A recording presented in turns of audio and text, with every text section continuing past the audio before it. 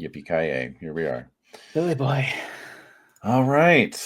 So, how you feeling, Kenny? I'm good, David.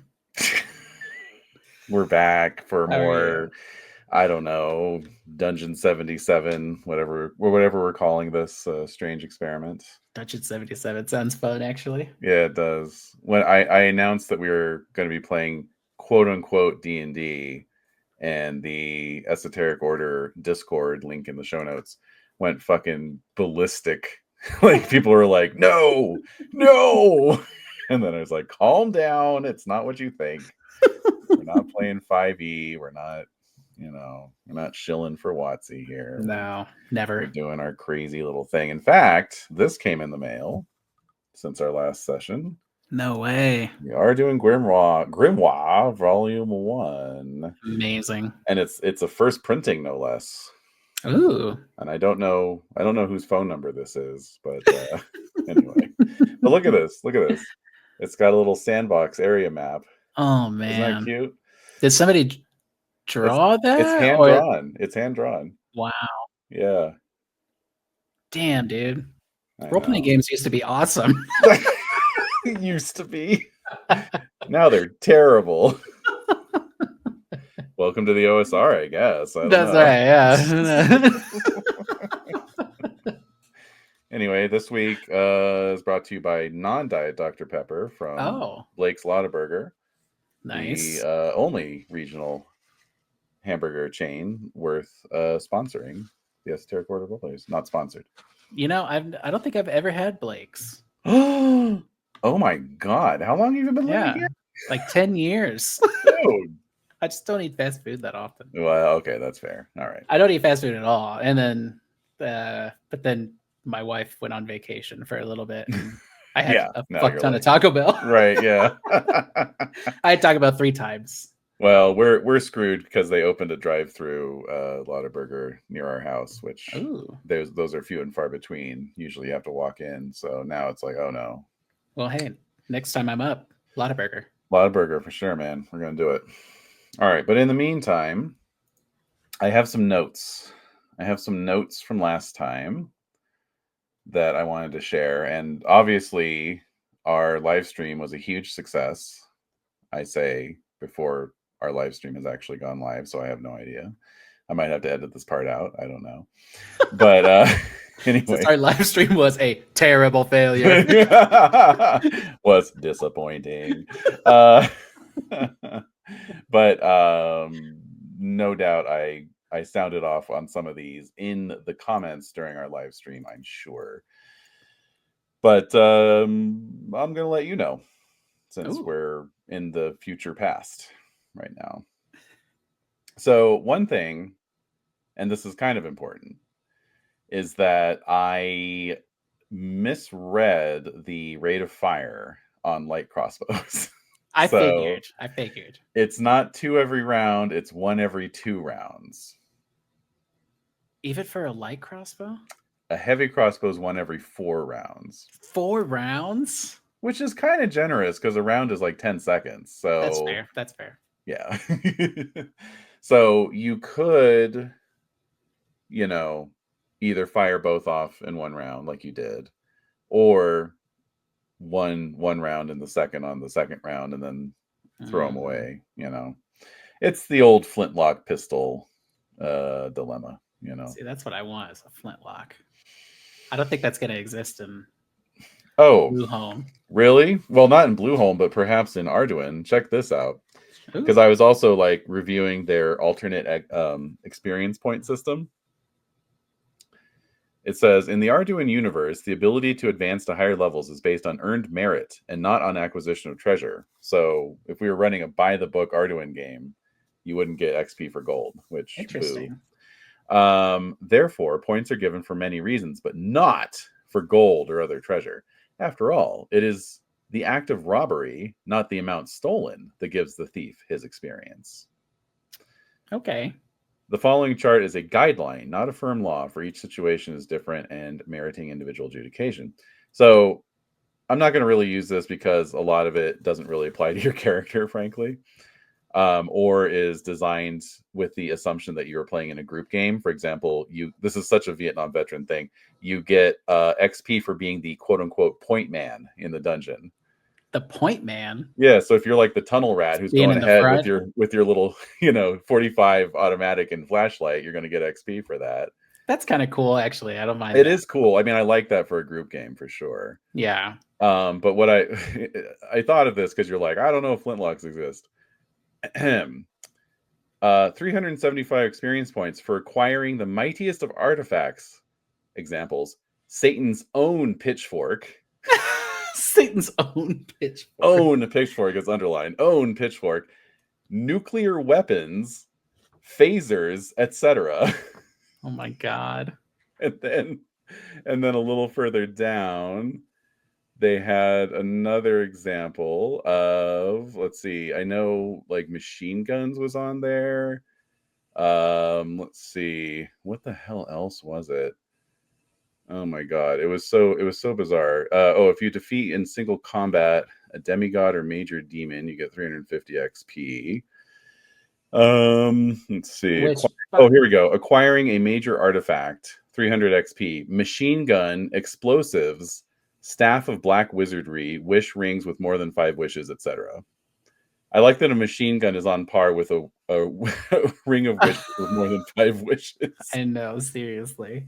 I don't know if those are equivalent. I think everything listed is my nightmare. Like playing in any game where there's a dungeon crawler with a wizard with a shotgun. With a machine gun.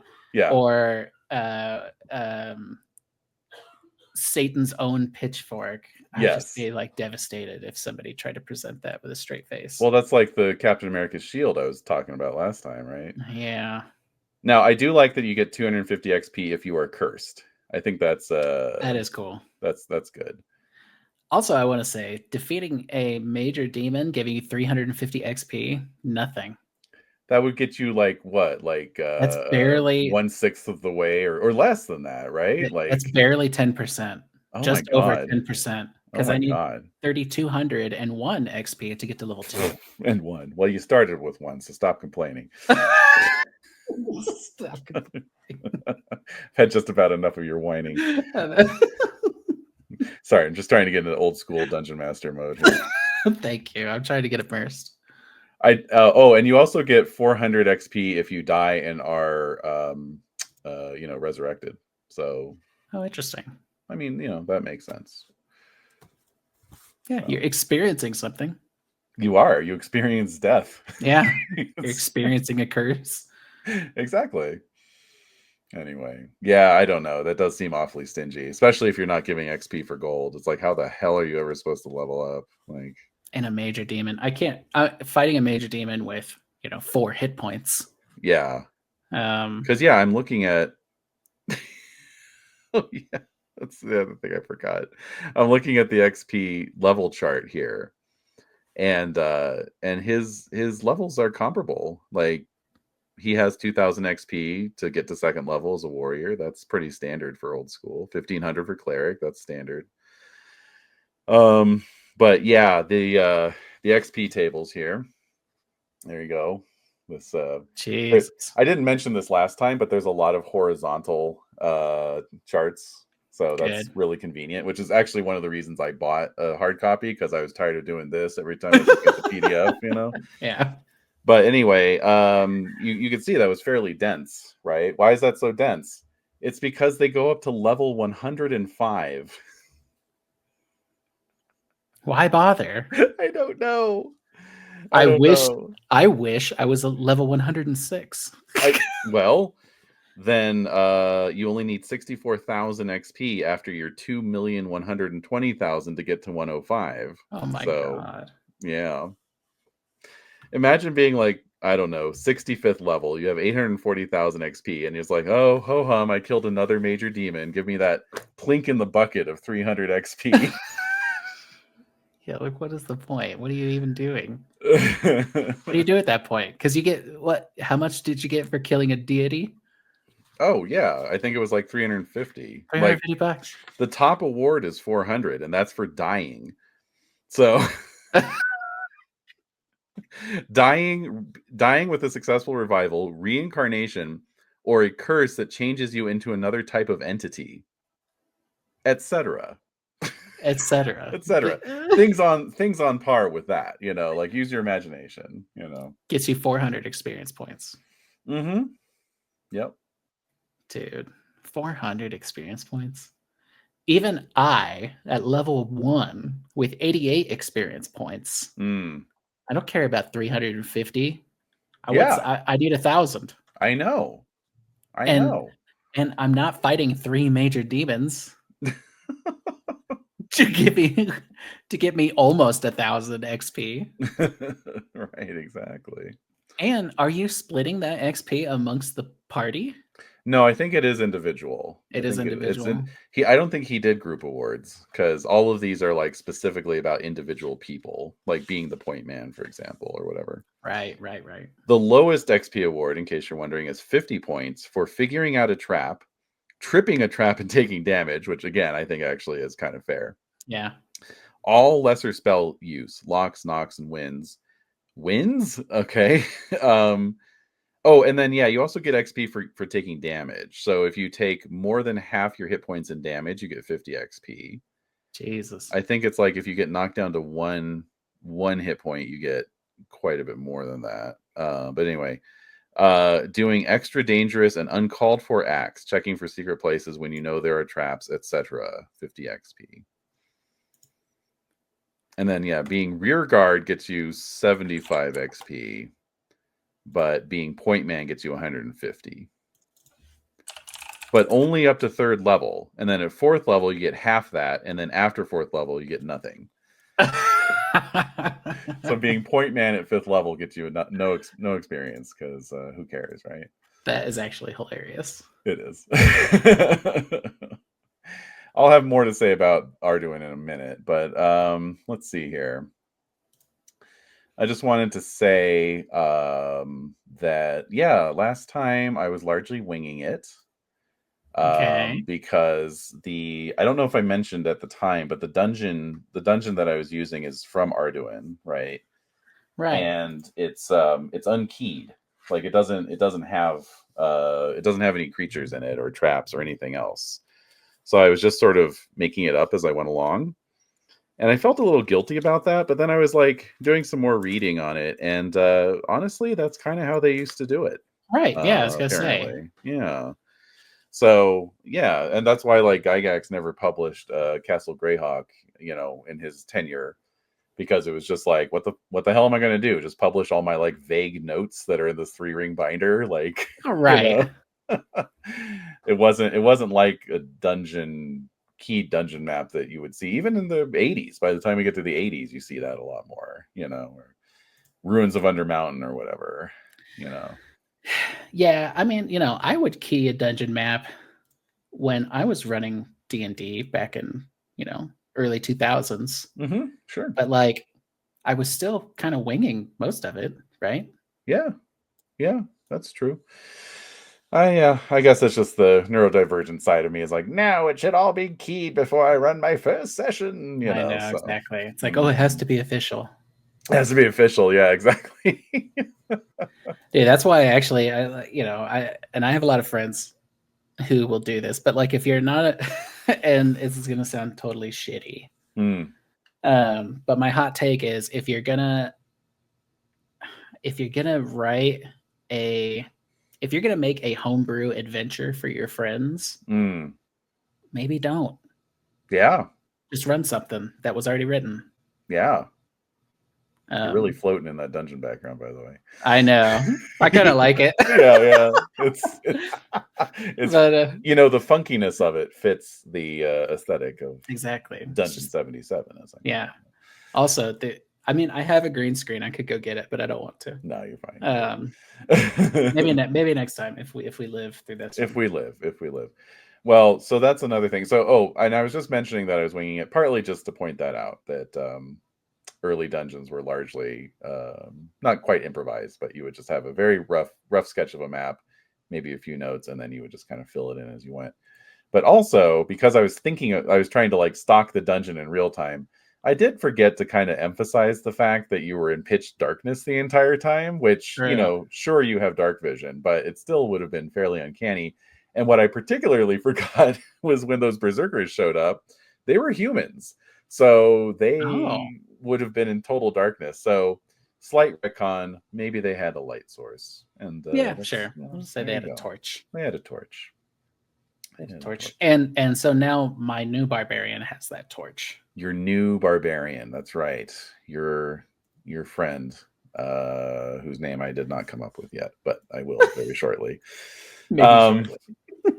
Yes. So I'm Googling random berserker name generator just on the off chance that something comes up. I did barbarian name generator. Yeah, that's what I got. Barbarian names. Okay, fine. Let's see here. Okay, they're all just a bunch of jumbles of syllables, but I'm sure there's something. Here we go. Hogfed. I like that. Hogfed's good. Hogfed the berserker. Hogfed. I was gonna pick Frauflicker. Frauflicker. Frauflicker. Yeah, no. That's his last name. Hogfed Frauflicker. The easiest name to remember. I say so. Frauflicker. It's funny because berserkers are kind of a standard element in like all basic D&D monster sections, even through like the version I had, the Menser version, which came out in 83. Nowhere does it really explain why there'd just be random berserkers wandering around. You know what I mean? Like, what? like where are the rest of the Vikings? You know, it's just berserkers. Okay. It's just berserkers, yeah, wandering around in a dungeon. Mm-hmm. Yeah, it makes no sense. But like we said, this is like before dungeon ecology. Yes, absolutely. Or even dungeon coherency. Coherency, yes. Yes, I think we had to go through coherency first. So like we saw things like Ravenloft and Dragonlance and stuff like that, which was like, maybe we should actually use these formats to tell a story. And then once people started to figure that part out, then it was like, maybe it should make sense when you go into a dungeon why it should make sense. The orcs in room 7 have not killed the kobolds in room 8 or whatever, or maybe they know each other. Right. Although, to be fair, Keep on the Borderlands did kind of do that, right? With the Caves of Chaos. I mean, it did have these different sections of the dungeon that were controlled by different factions of, humanoids and stuff. And that was 78, I think. 78, 79, somewhere around there. So, well, that just like speaks to, like if you're going to have a randomly generated dungeon, it should still be a controlled, pool of creatures. Yeah. You shouldn't have an equal opportunity to roll a kobold or a berserker or a mummy. Yes. It's like, it should just be like, there's a clan of kobolds, roll randomly to see what kind of kobolds show up. Yes, exactly. You're in another section, there's some berserkers. What other kinds of Vikings might there be? Or they're kobold berserkers or something. Kobold berserkers, exactly. Well, I was even thinking like, all right, well, since you encountered undead primarily, as sort of like the local population, maybe it's an undead dungeon. Maybe there's a bunch of skeletons and zombies walking around. But we won't have to worry about that because I'm going to institute another thing that I think was not uncommon back then. There's even a table in Arduin that we're not going to use because it's too brutal, but it's called an escape table. And this was the idea that you shouldn't finish a session in a dungeon, right? Whoa! And that if you did finish a session in a dungeon, you had to roll on an escape table to see if you survived getting out or not. I love that. I love that. So I'll go over that in a second, but I did want to say also it occurred to me that since Holmes was designed as an introduction to AD&D to take over when you get to 4th level, right? Like you go levels 1 through 3 with Holmes, and then you start playing AD&D at 4th level. If somehow Dank Brief survives the 4th level, we will switch to Osric, which is the AD&D 1st edition retroclone, and you'll get to experience 1st edition AD&D as well as Holmes Basic Set. So, well, look, how much experience do I need to get to level 4? We have not even bothered to look because I still need. look, I mean, over 3,000 experience to get to level 2. all you need to do is find 3,000 gold pieces. That's all you need. So, but do I need to? But then I need to get it somewhere. That's true. You do actually have to bring it out of the dungeon. You can't just find it. It doesn't just go cha-ching, you know. And one of those early Dragon magazines did have an article about having to not only get the gold out of the dungeon, but also spend it on frivolous things, which is an idea that got resurrected later in the OSR. But it had the most hilarious title. It was like The Complete Guide to Orgies or something like that. Orgies was definitely in the title, which I thought was daring. But the other reason I want to do the dungeon escape rules is because and this is I promised another dunk on Dave Hargrave. The man could not draw dungeon maps to save his life. The more I like stared at that dungeon map as I was preparing to like put some, you know, set piece encounters in there, the more I was like, this is the stupidest dungeon map I've ever seen, even by the standards of the day. I'm telling you, there were more secret doors and illusory walls in that dungeon per square foot than I have seen in every other dungeon map combined. I mean, it was like, I'm not even joking. I didn't count it all up, but I would estimate it was a fairly, you know, it was like this map. Okay. It fit on that size of paper. So it wasn't a huge map. It probably had 30 to 50 secret doors and at least a half a dozen illusory walls. The man loved his secret doors. That is hilarious. For no purpose. For no purpose. Like, for instance, that hall that you went into where the secret door opened up and the zombies came out, there were 2 other secret doors in that hall. Do they go anywhere? No, I mean they do, but you know, like for example, the one secret door that opened up, there was down the hall was another secret door on the same wall that went into the same room. Like, why? I don't know. Why? Because it's not like, maybe if I'm running from, okay, so this is all right. I'm running away from something. Yeah. And I'm searching for secret doors along the way. Yeah.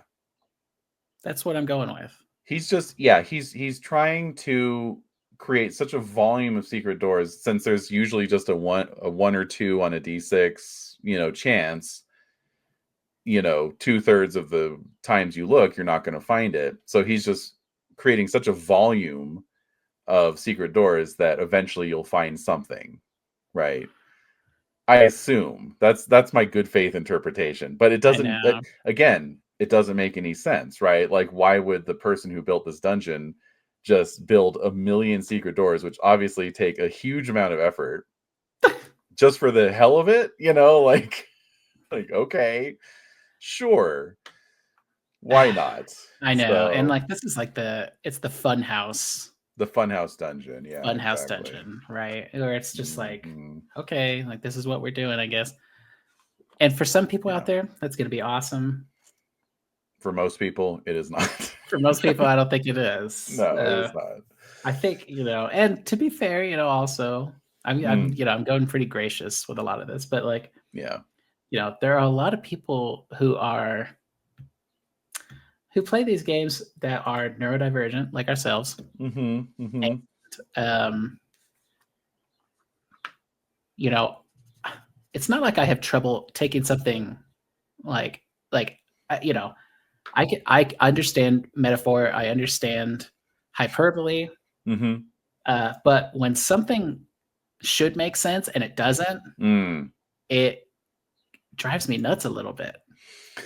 Yeah, I could see that really backfiring the minute that you had a group that discovered, say, 2 secret doors in a row that both go to the same room, or some other nonsensical thing. And or like, I think there were like secret doors like that were in the corner of a room. And so it looked like, you know, it just looked like a kind of, you know, a 3-cornered section of the room, right? Or two-cornered, I guess. But then that was the secret door. And then you would go through the secret door and it's like, oh, that's the actual corner, right? And it's just like 5 feet, you know, space. And like people would like player characters bang their heads against the wall for the rest of the session trying to figure out, okay, well, clearly there's like some teleportation device in here, or maybe there's another secret door to like lead to some treasure, or maybe we have to dig, and it would just be like, and then you'd just be sitting there as the DM like, oh my god, like what is the point of that? Yeah. Anyway, so here's how it's going to work. I found a nice little write-up on the Alexandrian, which is an old-timey OSR blog. Okay. And in fact, this post is from February 17th, 2009. So it is old. It 10-year anniversary. Well, no, 16. How time flies. Oh, but yeah, it is. This post is older than D&D was when 2nd edition came out. So there you go. Post is older than the Confederacy. Basically. Well, yeah, it was 3 times the amount. 3 times as much.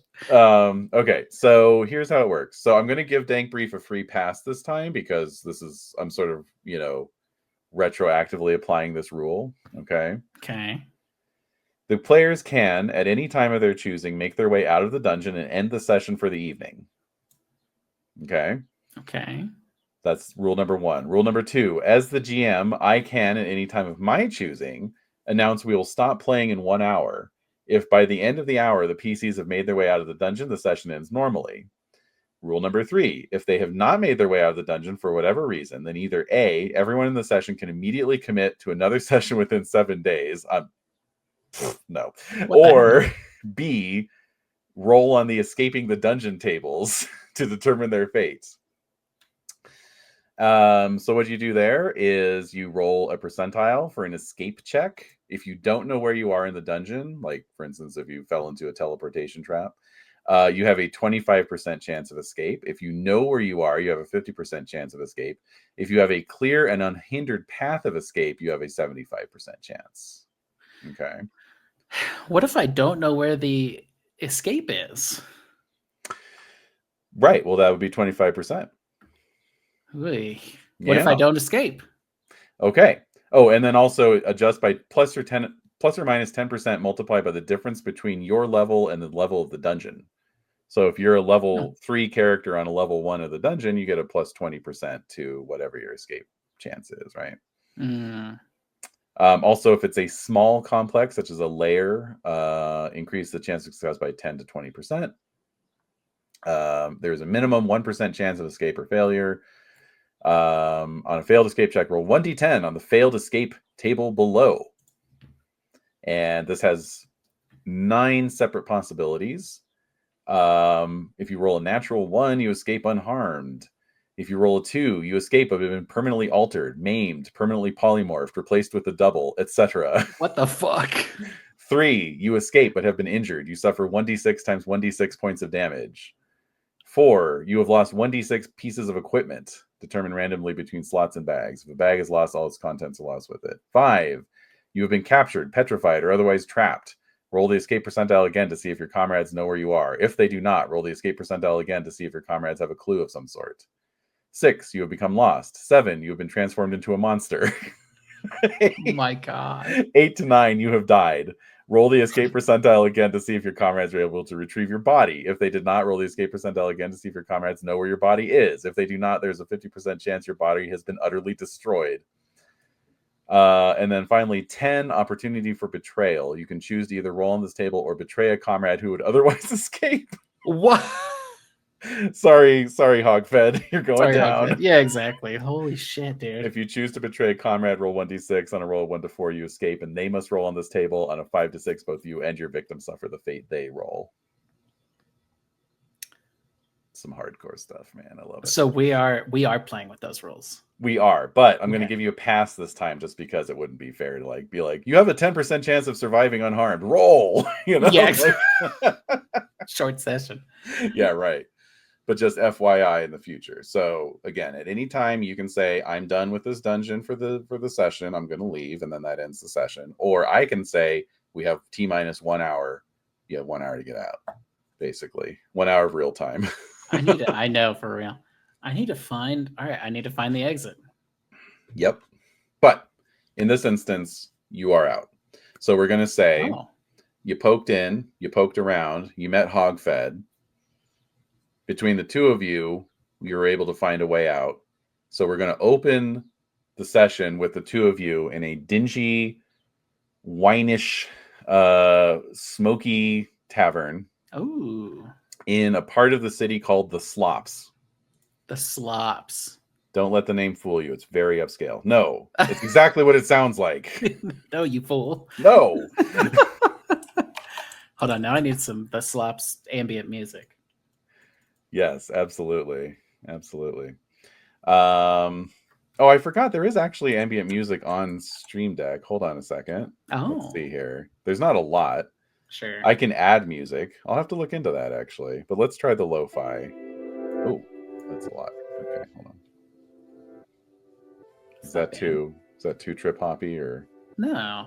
I mean, acoustic cinematic. Hold on, let's try acoustic cinematic. There we go.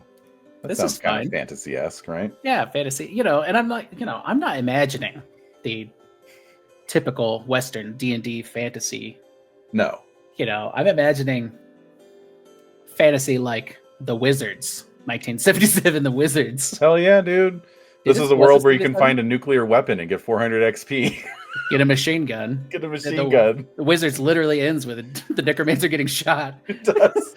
The classic Citadel miniature of wizard with submachine gun. Right. He exists. He does exist. He's out there.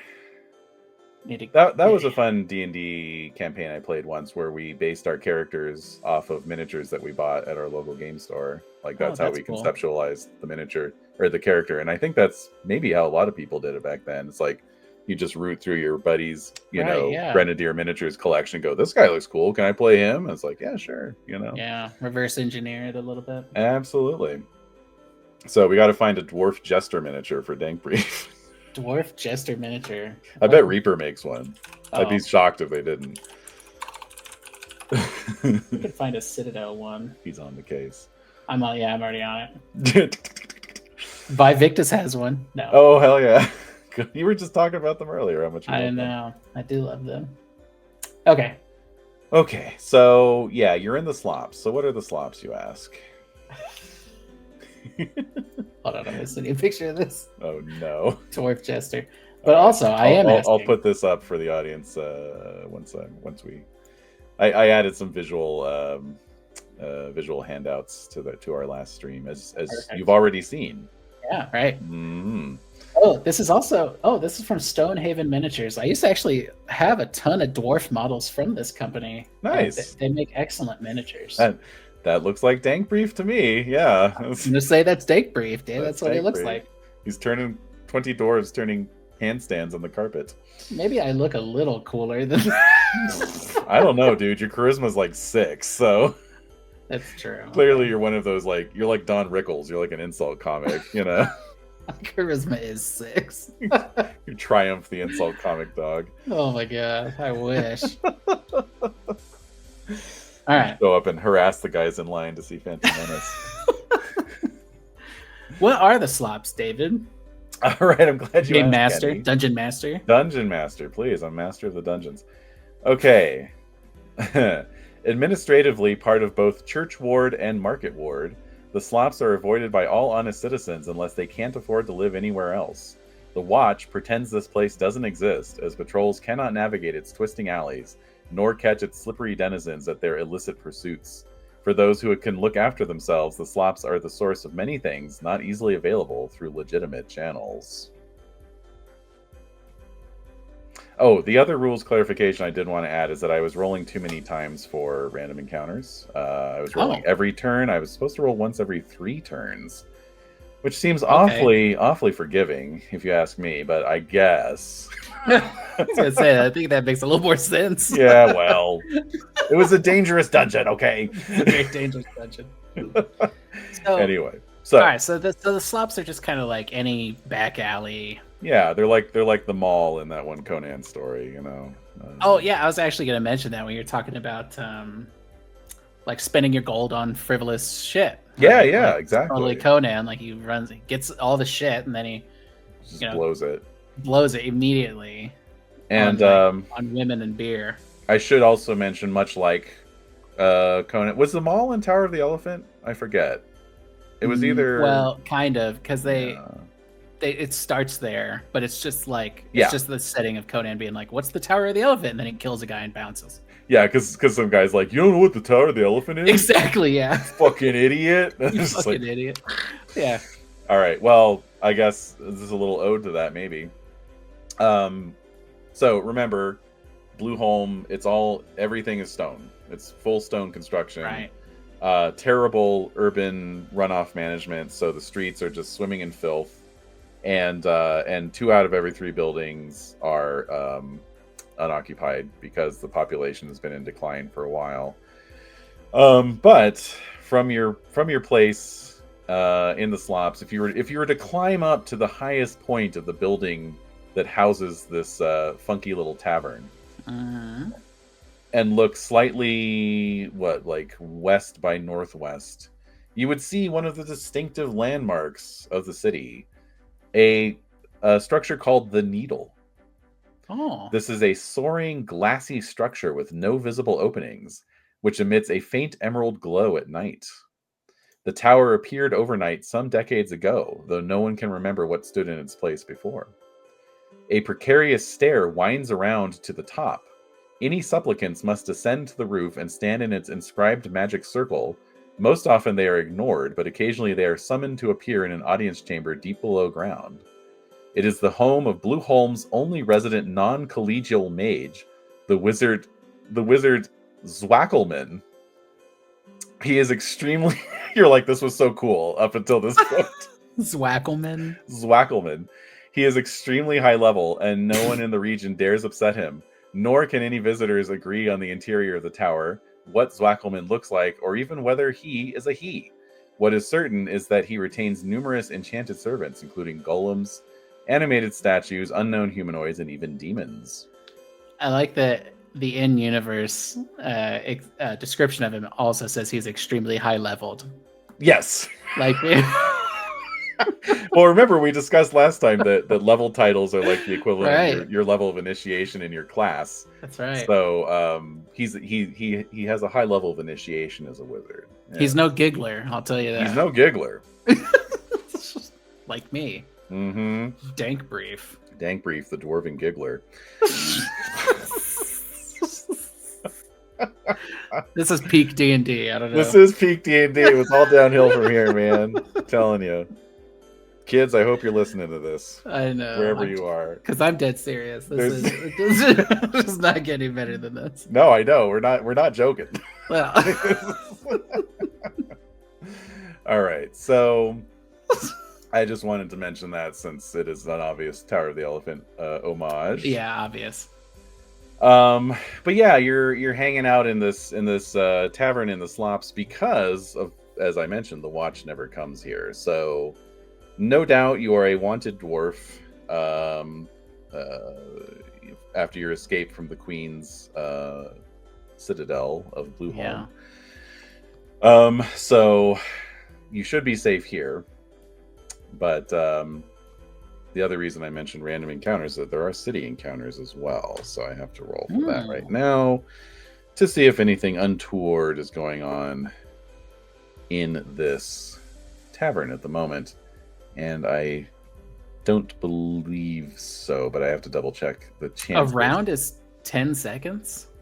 A round is 10 seconds. So every 30 seconds, there's a potential for a random encounter? Oh, no. A turn, every turn. So a turn is 10 minutes. Oh, okay. 30 minutes. Yeah, every 30 minutes, yeah. That's still pretty fucking often. Twice an hour, yeah. Yeah, we would have already had a random encounter in this episode. We would have. With 39 of the 39 minutes in. From all our bullshitting, and suddenly a gnoll comes in through the door, and you're like, ah! Giggled my last. I'll have to remember that. You have giggled your last. All right, so it's only a 1. Okay, so in the city, it's only a 1 on a 1d6, but I make it every 2 turns. Ooh. Every 20 minutes. Every 20 minutes, there's a 1 in 6 chance. So it's a fairly, it's a fairly quiet afternoon here at the Goblin's Head Tavern. Ooh. And there's your typical sort of Korgoth the Barbarian style innkeeper behind the bar. Yeah. He's got an eye patch and a hand for a hook, or hook for a hand. I mean, he's got a hand for a hook on one arm and a hook for a hand on the other. Figure that out. Yeah. Take that, liberals. That's how's that for Zen Cohen.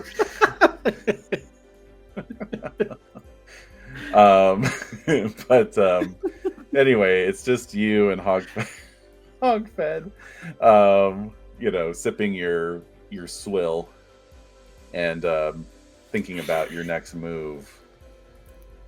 The bells on my hat jingle as I look around the tavern. So Hogfed, as I believe I mentioned briefly, he and his companions had been teleported over from another dungeon. This one to the south of Blueholme. And they are dungeons beneath a ruined town called Law's End.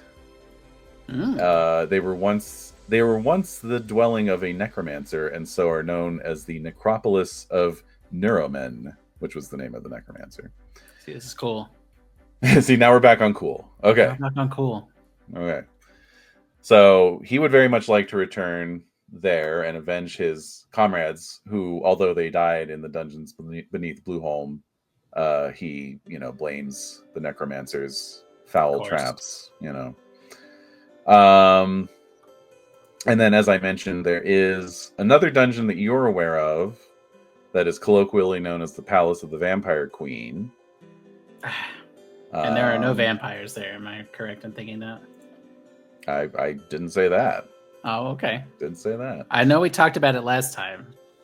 I talked about how it was like very shittily presented. There you go. Maybe that was it. Yeah, I knew there was something that was stupid about it. Something stupid about it. But let's see. I do have a rumor table here. Ooh, yeah. Okay. Yeah, so I'm at the bar. As the bells on my shoes jingle as I walk over there. The barkeeper asks you to leave. Before he kills you. Does he at least giggle when he does so? No, that's your job. Damn it. You ain't getting paid to giggle. To diggle? I almost said you ain't getting paid to dance. All right, so yeah. And I get up on the bar stool as he refills my swill. Yep. And I lean in, noting the hook on his hand and the hand for this hook. Right. And now all I'm imagining is he has two hooks on both hands, but one of the hooks has a severed hand on it. Oh, so nice. I'm imagining that. I do like I do like some not transparency, some representation. That's for right. folks, who may have lost both hands. That's right. And this fellow is making up for it by impaling a severed hand on one leg. That's how. Hey, you work with what you got. You work with what you got. And in what is this place called? The Goblin's Head.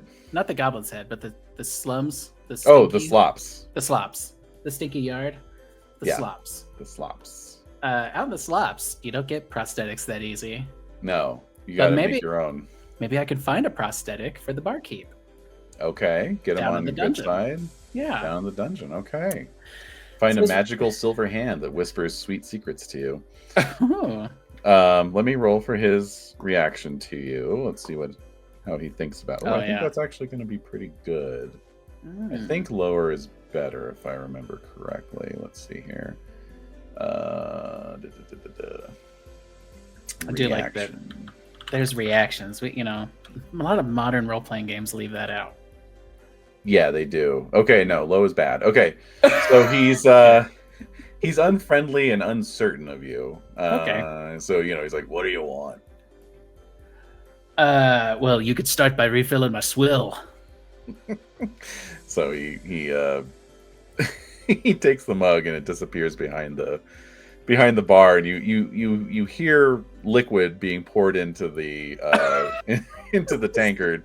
Whether that is coming from a keg of ale or from his bladder, it would be impossible to tell, really. That's fair. That's true, I guess. Yeah. I sniff it when it comes back up, but it smells the same. So I'm gonna. Yeah. I drink some. Taste the same. Taste the same. Yeah, exactly. And it's glistening on my mustache as I pull the tankard down. And I ask him about rumors. I say, what rumors have you heard, barkeep? All right, so he doesn't like you. So let me pick a good one. But maybe can I make some kind of test? Can I make a charisma test or? Oh, you want to do an attribute roll? I want to do an attribute roll. All right, so it is. My charisma is a 6, so that is the noise. Well, hey, you never know, because with this Dragon Magazine wacky attribute test system, we just never know. You could roll, high on your initial D100 roll. So please roll D100. I'm gonna roll a D100. A 55. A 55 means, and then we're gonna add your charisma of 6, correct? Yeah, so 61 total. Hey, that just got you over into the next level there. So roll a 10-sider, please. An 8. Not bad. So 8 times 6. 48? 48. 48. You have a 48%. Jesus. You have a 48% chance. What am I, in 4th grade? I'm memorizing my multiplication table. I know, exactly. All right. So you have a 48% chance of impressing this guy. And I rolled a 19. Nice. It's a hard success. The system works. The system works. I will say no more bad things against it. All right. So he eyeballs you and he says, well, I tell him he's got some nice hooks. That's why he blushes. Yeah. Nice hooks. Nice hooks you got there. So he says, well, I don't suppose you've heard about the dwarven princess. Oh. No. Nay. Nay. 9. 9. Yeah. What's this about a dwarven princess? Where's she at? Well, and does she need a giggler? I don't know.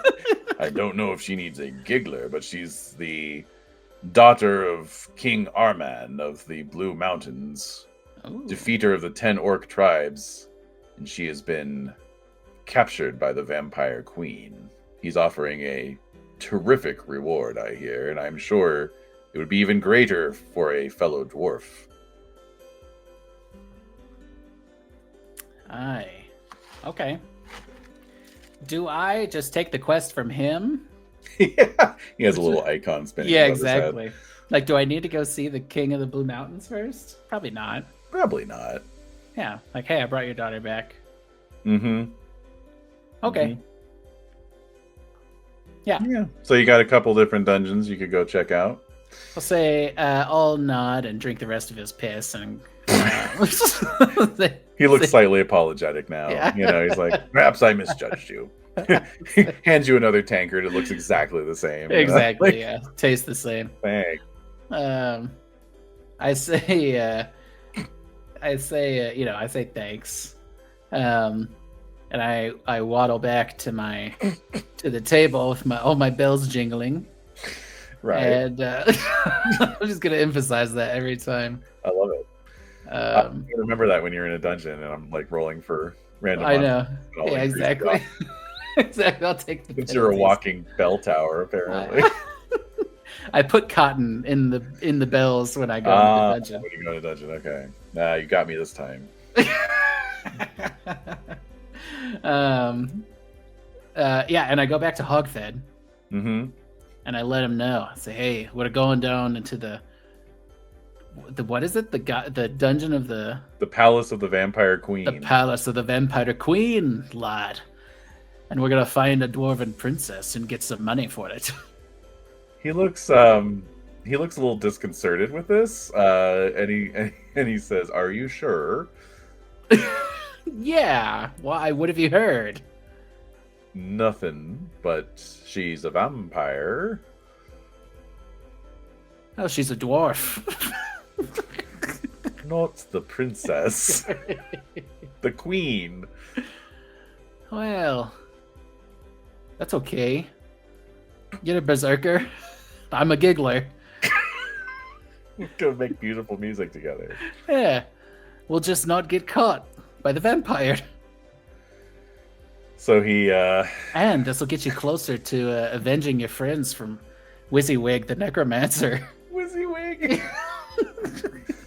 he heaves a sigh and shakes his head, wondering what god he offended for his life to lead to this sad ending. But sure. If this is the fate that they have in store for him, then so be it. Your fate was made before you were born, lad. How do you know about my cosmological views? I just guessed. Lucky guess, I guess. Lucky guess. All right. Well, so yeah. And what do you want to do? Oh, yes. I'm circus trained, so I'm gonna get up on the table and perform for the people of Goblin's Head. Okay. All right, you're going to put on a little performance. Yeah, I'm going to put on a little performance. I've got some swill and some piss in my belly. Feeling good. He's got some piss in his belly, so therefore... Is that the origin of the phrase, he's full of piss and vinegar? That's true, yeah. Okay. I've got piss and makes vinegar. Sense now. Yeah, I imagine the people here need a little bit of entertainment too. And I'm looking to make friends. Okay. Gotcha. Yeah. Okay. So I want to do a little performance for the fine folks at Goblin's Head. All right. You sing a little ditty, dance around on the table like the leprechaun from the self-titled movie Leprechaun. Exactly. The eponymous title. All right. Great. So let's see here. If someone throws a tomato at me, I could die. As a reminder, I have 2 hit points. I think you're safe from tomatoes, but you could be killed by a house cat. So, Jesus. All right. Sounds like it's time for random hirelings. Oh, yeah. Yeah. So once again, we turn to the internet. Yeah, I get up there and I'm singing about how I'm about to because I'm making my own legend. So I'm getting up there and I'm singing about how I'm about to undertake this quest. The Jester to go down into the tomb of the Vampire Queen and save the dwarven princess. And it already sounds like it's happened. Yeah. Yeah. But I'm obviously I'm mentioning my own name. Like it's all about Dankbrief, the giggler. Dankbrief the giggler, yeah, absolutely. Dankbrief the giggler, he's a coin jiggler. He's got lots of coins to give out. That's right. Stuff like that. I do have 75 gold. I was going to say, so it's going to cost you 5 gold to buy a round for everyone and just generally make a good impression. I'll do that. Okay. Down to 70. I'm using meat shields, ! The classic fantasy hireling and henchman generator. Nice. Yeah. Okay, so let's see what we got here. Okay. Rare instances, etc., etc. Okay. All right, so you've got a nice selection of folks in here. Several of them look like hardened warriors, including a couple of elves, and a couple of humans. How racist am I? Am I a racist dwarf? Is this an elves versus am I dwarves? a racist dwarf? Yeah, is this an elves versus dwarves kind of Blueholme? I don't know. This is the sort of thing that, we can kind of just make up on the fly. One thing that was very common in the early days was to kind of unabashedly rip off fantasy novels. So, for instance, Right. Dave Hargrave's most successful character that he ran in Arduin, literally named Elric. Because why not? Why not? So people would oftentimes just default to books that they had read. So if you want to just sort of channel the dynamic between elves and dwarves in Lord of the Rings, which is not exactly racist, it's just that they don't tend to get along because they have different priorities. Contentious. Yeah. I will say that Blueholme, the setting notes do mention that the elves are slowly disappearing as they move off to some unknown location in the west. So they're already kind of doing that, Yeah. Maybe you don't get along. So maybe those elves wouldn't be your first choice, right? Yeah. But I'm kind of like, and I actually don't mind about channeling some Melnibonean vibes towards the elves as well, like making them kind of like pale and creepy looking, maybe even demon worshippers, or like maybe that's the dwarven propaganda against them, is that they're these like slaver, sex fiend, demon worshippers. Sometimes propaganda has a kernel of truth to it. That's often the most effective propaganda. That's correct. A little truth and a big lie. That's right. So yeah, and the text also does reference it makes an implicit differentiation between high elves and wood elves. So I think the high elves are your Melnibonean elves, your decadent demon worshipping elves. Your wood elves are more like your traditional kind of buckskin wearing quasi hippie elves, who love the wild elf. The wild elf, exactly. Those are always the best elves. They are. I always like them. 100%. Yeah, love a good wild elf. Yeah. So, but they too are withdrawing to the west, which is why the elf wood, sadly, is more of a goblin wood these days. But kind of like how the green wood became the merc wood. Strange. Surely a coincidence. Surely a coincidence. That's true. I'm sure there's nothing to that. So yeah, I see these elves. I know my propaganda. So I'm kind of glancing over them, but if there's a human nearby, maybe I'm looking at I'll look over at Hogfed and I say, "Hey, Hogfed, there's some humans I bet we could get to follow us down to the Vampire Queen's lair." And but I don't know. You all look the same to me. I need you to pick. I need you to pick. It's like a man and a woman, and one's like darker skinned, and the other's like pale blonde. It's like they all look the same to me. They all look the same. Your head's in the clouds. I can see your faces. Heads in the clouds. You're not a gnome. I know. True. I'm probably like close to 5 feet at least. Right, like 4'7". Oh, and correction, it's called the Delving Wood, but it's the Elf Way is the road that cuts through the Delving Wood. So. See, that's cool. The Elf Way. That's awesome. It's like there's just kernels of cool shit, And it's not like and it's not fluffed up like a made up language, It's just the Elf Way. Elf Way. The Delving Wood. That's cool. Yeah. That's all it needs to be. Yeah. Anyways. I agree. All right. So role-playing games today. Not as good as it used to be. Okay, so yes, he'll go talk to these human men-at-arms. In the meantime, you have your choice. There are a few other down on their luck dregs, essentially, who see an opportunity to perhaps get out of the city and make a little bit of money. So we've got 3 human males, and it's all males, male elves, male humans. And so these 3 human males are all willing to consider going along as a sort of hireling to schlep stuff and carry a torch and so forth. They will be asking 5 silver pieces per day. Non-combatant humans who serve as torchbearers, porters, potion testers, door spikers, etc. Jesus.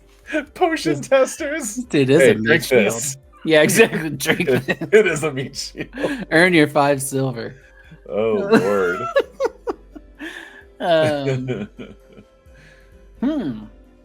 Okay. So, yeah, do you I'll want take to take one of all? them. Or one I'll of just them? take one. I'll just take one. All right. It's just hog-fitted me. Let's see. There's Ralph.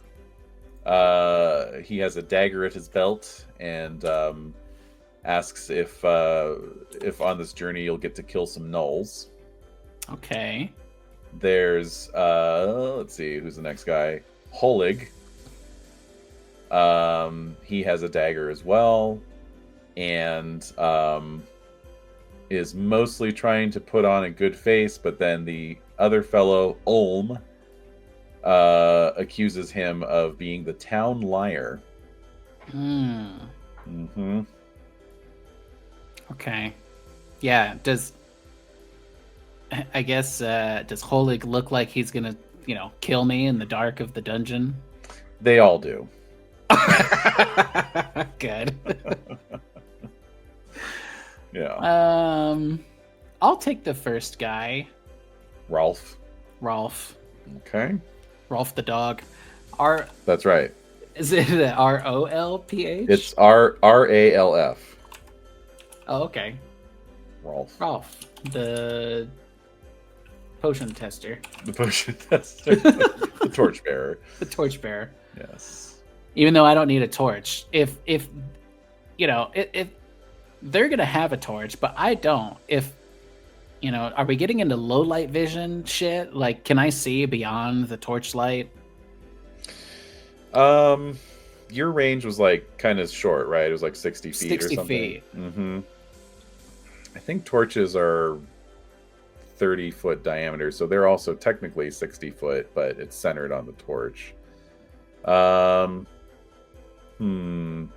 No, I'm gonna say that if you're within artificial light, not artificial light, but you know what I mean. Yeah. That it would spoil your dark vision. You'd have to move out of the radius of the torch. Okay. Well, I'm a rogue. I should be up front anyways. True, you are a rogue. Get XP for being point man. It's true, exactly. I'll take point. I got point. All right, so there he goes again, hogging the experience points. Exactly. All right, speaking of which, Hogfed comes back and says that the 2 men-at-arms, Nolgar and Raton, both say that they'll hire on at a total of 2 gold pieces a day for the 2 of them. So 2 gold. So I'm at $2.50 a day. Yes. For Ralph and these 2 man-at-arms. Yes. David, are you going to be able to handle 3 NPCs? Oh, I'm on it. Okay. These guys are all 0 level, so, Oh, Christ. They're going to die even faster than you. What? What are their names? Nolgar and Raton. RAATON. Cool, got that. The men-at-arms. Yep. The fighting men. The fighting men. Well, technically men-at-arms, because they're 0 level. True. They're both armed with a long sword and a dagger. Nolgar has leather armor and a shield, and Raton has no armor. He's going to die even faster. Oh, but he does have a cool eye patch, so... Ooh. I love the total like Korgoth, like you said. You know, everybody's fucked up. Like, people are missing hands and legs and eyes and ears and. Yep, absolutely. It's just good. It just shows they get a hard life. Yeah, absolutely. Love it. I need some kind of missing limb. I can arrange that. Yeah. pluck out my eye or something, maybe. I was just jotting down longsword and I wrote limb sword. Thank you. Limb sword. They'll use your limb as a sword. Exactly. Yeah, give me the limb sword as ASAP. All right, so that's gonna cost. I'm gonna note that 2.50 a day. I'm gonna pay them personally so that when they die, I can take my money back. Nice. Just rifle through the pockets of a dead man and get my silver coin back. Right. From Ralph, the potion tester. All right, lads, we've got a whole party. Indeed. Me, 1, 2. What? We got 4 dudes and a mule. A human mule. A human mule. Ralph the mule. Yes, indeed. Okay, well, let's fucking go. Let's get down to the Vampire Queen's cabin. We're gonna save us a dwarven princess, lads. All right. This is how Dank Brief is gonna have his cake and eat it too, right? That's right. And I'm I'm singing my song about all of us as I'm doing the thing where I'm jumping on one foot, then I jump on the other foot. Out the door singing. I know these guys probably hate it. Already they're plotting how to frag you in the dungeon. Exactly, dude. How do we kill this guy? Do we have to kill Hogfed too? Oh dear. All right, so what is your normal movement rate? My normal movement rate, 25 feet. Okay, so I have to... Oh, okay, so let's see. Determining a normal rate of travel for any given train in miles per hour. Miles per hour? Oh, wow. Okay. So you're 25 feet. Okay. All right, so the first thing you got to do, of course, is get out of the freaking city. Right. So... Yeah, how far away is the vampire stronghold? So the bartender tells you that he is not entirely certain where it is located, other than it is in the Blue Mountains. So you know that those are to your west for the most part. Okay. Yes. All right, we head west. Okay, well, you got to head out of the city. So let's find out if you make it out alive or not here. Let's see. Just get You just shot. die. Jumping around jingling and get shot. Jingle jangle, every angle, and then just down you go. I'm imagining Dank Brief, claymation by Rankin Bass. Yeah. Oh God! Don't tell me these things. They're too exciting. I can't take it. I know. All right. So you've got a few options in terms of how you're going to get out of here. There's only one way out to the west, and that is to cross a great fortified bridge across the Crystal Mist River to a sort of suburb called West Bank, and then from there you can move on out into the wilds. So in order to get to that gate and that bridge, you're going to have to move through one of 3 wards. There's College Ward, Market Ward, and the Walled City. What do I know about these places? Is anyone safer than the other? I mean, College Ward sounds pretty good, but we all look pretty rough, so people are going to know we're not going to belong there. A little campus security golf cart's going to come up alongside. Just be like, "Can I help you, gentlemen?" Yeah. College Ward is dominated by the rival colleges of Khan and Dokkan. The rest of the ward consists of magical businesses and workshops. They're supporting industries and private residences of more successful magic practitioners. Due to the highly cosmopolitan mix of inhabitants, as well as lingering magical side effects, the district has a bewildering and eclectic appearance. As there is little the authorities can do to rein in experimentation, not a few burnt-out shells of former laboratories are scattered throughout the area. Okay. Market Ward. The marketplace is the only large open space left within the old city, with Market Ward to one side and Council Ward to the other. The majority of shops are located in Market Ward, as are inns and artisans catering to traders and travelers. All right. And then lastly, you've got the Walled City, the oldest quarter and most confusing. This ward is called the Walled City because its outer perimeter presents a closed and unwelcoming facade. The upper floors of buildings loom over the few lanes so that everything is in perpetual dripping darkness. Thieves and ne'er-do-wells, like adventurers, have their strongholds here, but there are also many businesses plying their various trades away from the prying eyes of the guilds. A warren of interconnected buildings and secret passages filled with traps, intentional and accidental, make it impossible to navigate without a guide. The buildings rely on one another for support, and if one were to collapse, many of its neighbors would come down with it. Okay, let's not go there. We'll just we'll take the market. Although take note, because if you hit 9th level, you can always come back and build your thieves' stronghold here. And start attacking your thief followers. The gigglers. The gigglers. It'd be like the warriors, all these different themed gangs, right? Exactly. Gigglers. Come out and play. All your guys wear Jester's caps, no matter how ridiculous it is. They all hate it. Got like a half ogre wearing a Jester's cap. Yeah, that's kind of cool. Yeah, it is actually. It's very Mordheim. It is Mordheim, you're right. All right, so College Ward versus Market Ward, which sounds better? We're going to do the market. Okay. All right. Let's see here. So I'm looking at roughly, I have to sort of guesstimate how long it's going to take you to cross the city here to tell me how many times I have to roll. Oh my God. All right. Okay, you're in luck. You wend your way through Market Ward, past various vendors' stalls and inns and farmers markets, and eventually reach a broad avenue, which is going to take you out of the city, past the Merchants Guild, and over the aptly named Dwarf Bridge. Yes. That's the dwarf stuff in this episode. Well, yeah. So, as I mentioned last time in passing, this was like built by the dwarves. Blueholme kind of owes its existence to the dwarves of the Blue Mountains.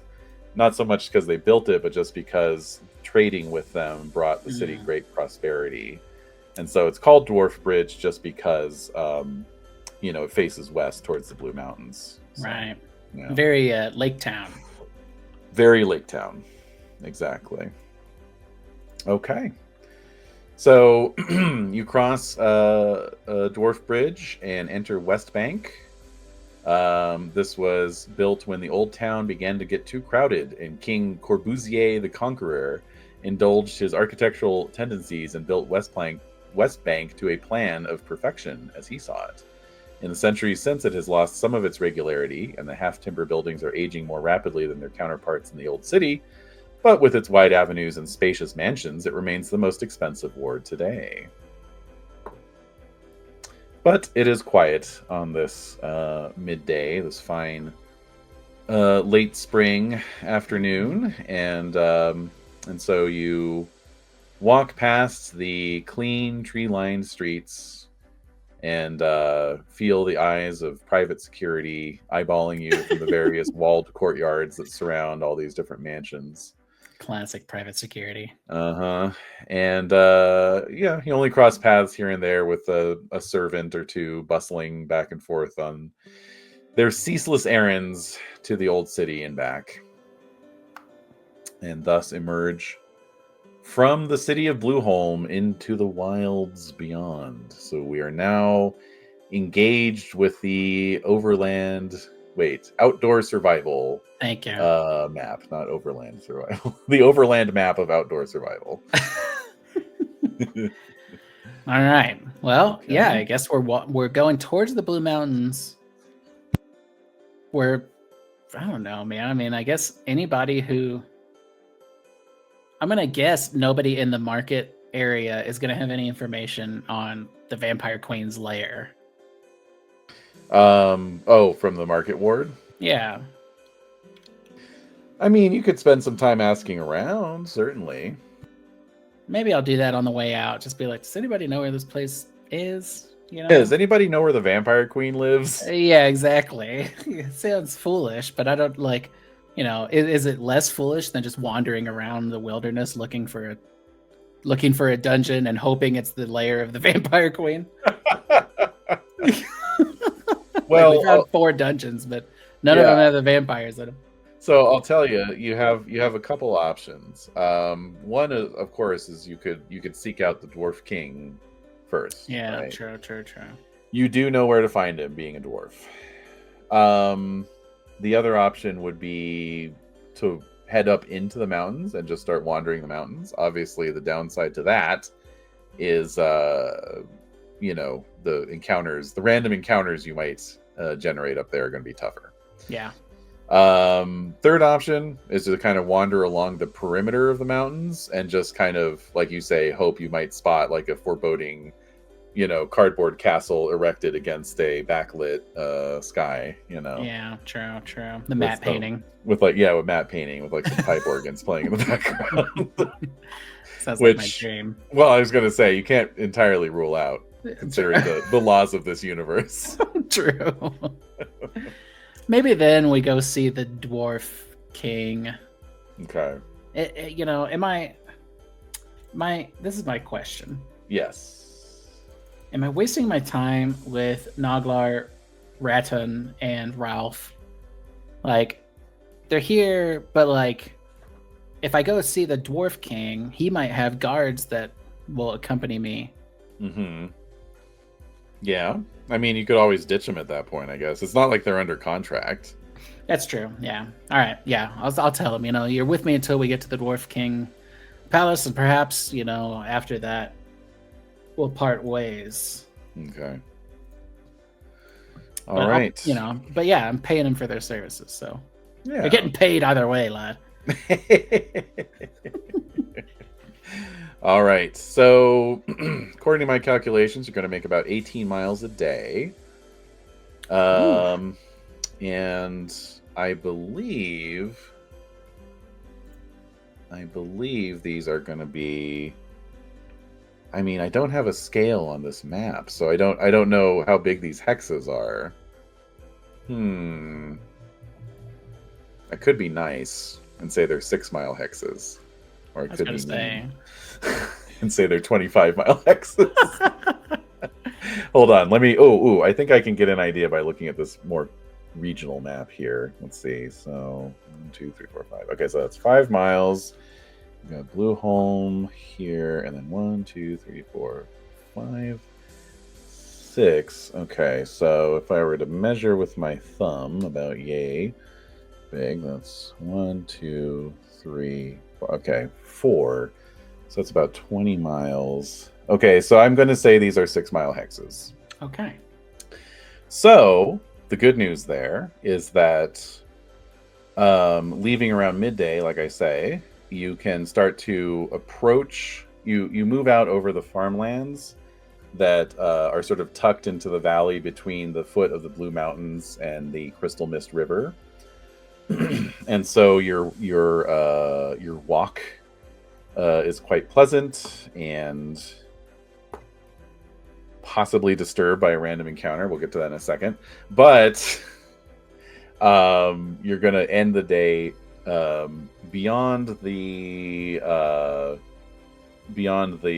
farmlands, but preparing to head up into the mountain pass wherein lies the citadel of the Dwarf King. Makes sense. I mean, like if the dwarves are trading here, it's got to be pretty close. Yeah, exactly. Yeah, I mean, if you had left first light, you would have been able to make it to the citadel in one day. So, yeah. Okay. Yeah. Okay. I like how I phrased that as if you had a choice, but Yeah, exactly. you get what I'm saying. Okay. Let's see here. All right. So encounters, comma, random. All right. Let's see. I mean, you're moving through farmland, so I can't imagine it's going to be anything too bad, he says. I know, exactly. I have 2 hit points.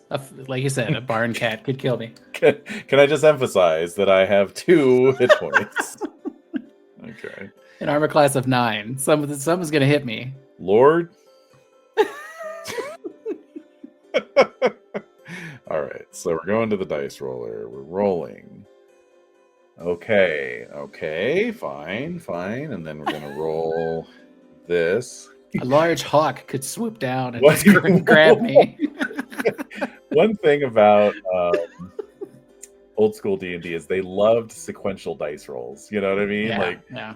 It's like, okay, I have to roll a D8 to tell me what D12 I need to roll. At which point I'm then going to roll. It's just on and on and on. Okay, so I know the basic nature of what you're going to encounter here. Now I need to come up with why the fuck. All right, so go ahead and roll me a D6, please. A 5. A 5. Okay, so this is not going to surprise you. Let me roll. Yeah. It's hard to surprise me. It is hard to surprise you, indeed. So, rolled reaction. They're not immediately hostile. That's also good. Ooh, okay. But I like, this is very, actually, this is the power of random rolls, is that we have a nice little thematic thing here. So, as you are making camp at the end of the day, and the Blue Mountains are dramatically backlit by the setting sun, and oh, I didn't give you a chance to stock up on equipment. We'll retcon that in a second. But yeah, I was gonna say I don't have any. You don't have anything. I don't have anything. I don't have any rations. You don't have a tent. I don't have anything. All right. It's like, maybe I'll just sleep outside. Yeah. I mean, you passed through the market square, for God's sake. So True. You had plenty of opportunity. Okay. Anyway, as you are setting up your soon-to-be purchased camping equipment, let's say Ralph suddenly gives a little cry of alarm, and you can see that he's looking off towards the peaks of the Blue Mountains, and what he sees is what initially looks like a whiff of cloud. Okay, it's just a whiff of cloud. But it begins to grow closer and therefore apparently larger, and then you can see that it's just this massive flock of bats, whatever a flock of bats is called. There's collective a fun name word for bats. But anyway, and they are flocking their way towards you. Let's see, collective noun for bats.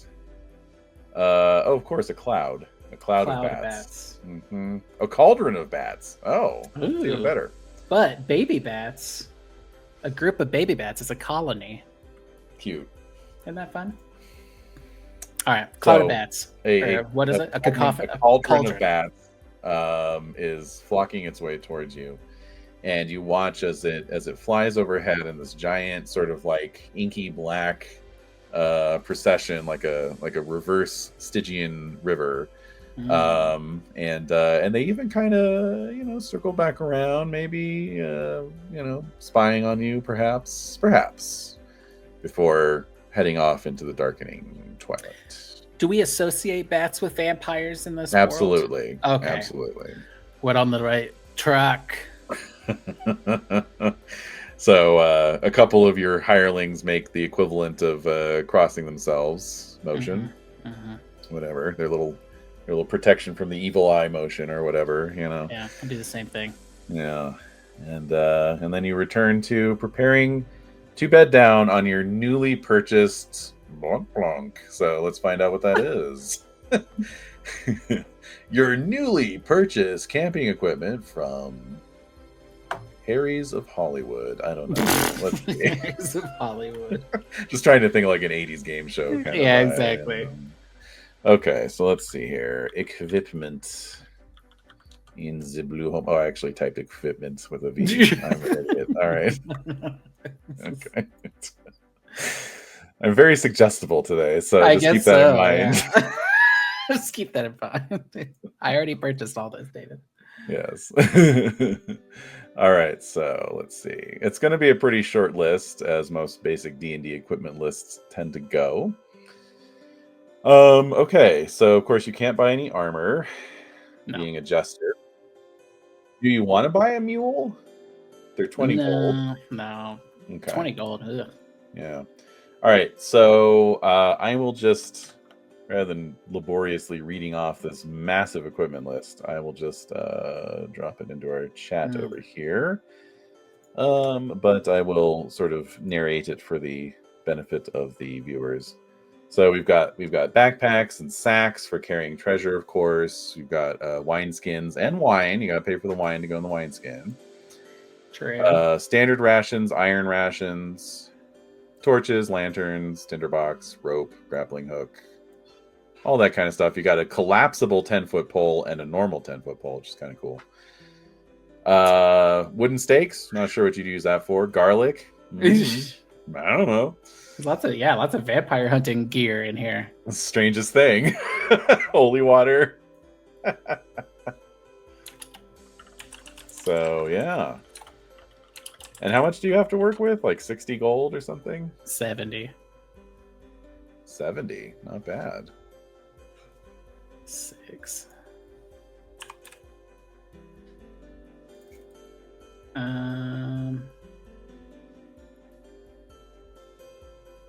What is rations 1 week, iron? Yes. So iron rations are things like hardtack and pemmican. Right. Stuff that's designed to keep, but also not taste terribly well. So let me see what it says here. Preserved food like cured meat, dried grains, and nuts set in cakes of fat will keep for a long time if kept dry. Cool. Okay. Exactly what I just said. Thanks a lot, Blueholme. But yeah, so standard rations are normal food, some dried but mostly fresh, does not keep, and the last few days worth of a week's rations will already be stale. So it's really just a matter of costs. Obviously, you would normally want to go for the iron rations, but since they're 10 gold pieces more than the standard rations, you can't always afford that. And also, no tent. No tent. I guess we just assume tents and bedrolls come with the kit, I suppose. I don't know. Yeah, I suppose so. We're only concerning ourselves with things that you can actually consume or use against monsters and other meddlesome things.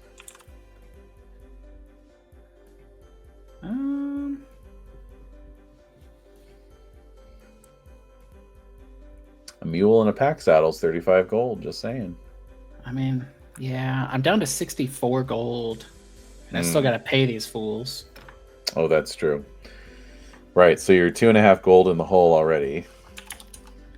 Yeah.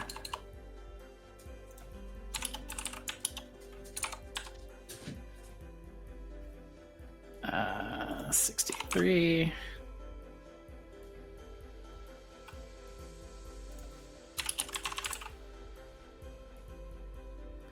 $61.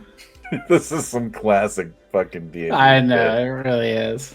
So while you're doing that, I'll relate my memory of making characters for AD&D 2nd Edition, in which the equipment lists were ridiculously bloated. Yeah. To the extent that you had to buy every individual piece of clothing down to your belt. Belts were a separate thing that you had to buy in addition to whatever your leggings were and your boots and everything else. But here's the thing. No, you say stupid. And I would normally say yes. But I have a very distinct memory of one session where we were still fairly low level, and we had a random encounter with a specter. I believe it was a specter. Might have been a wraith. Something like that. And one of our characters was a dwarven berserker.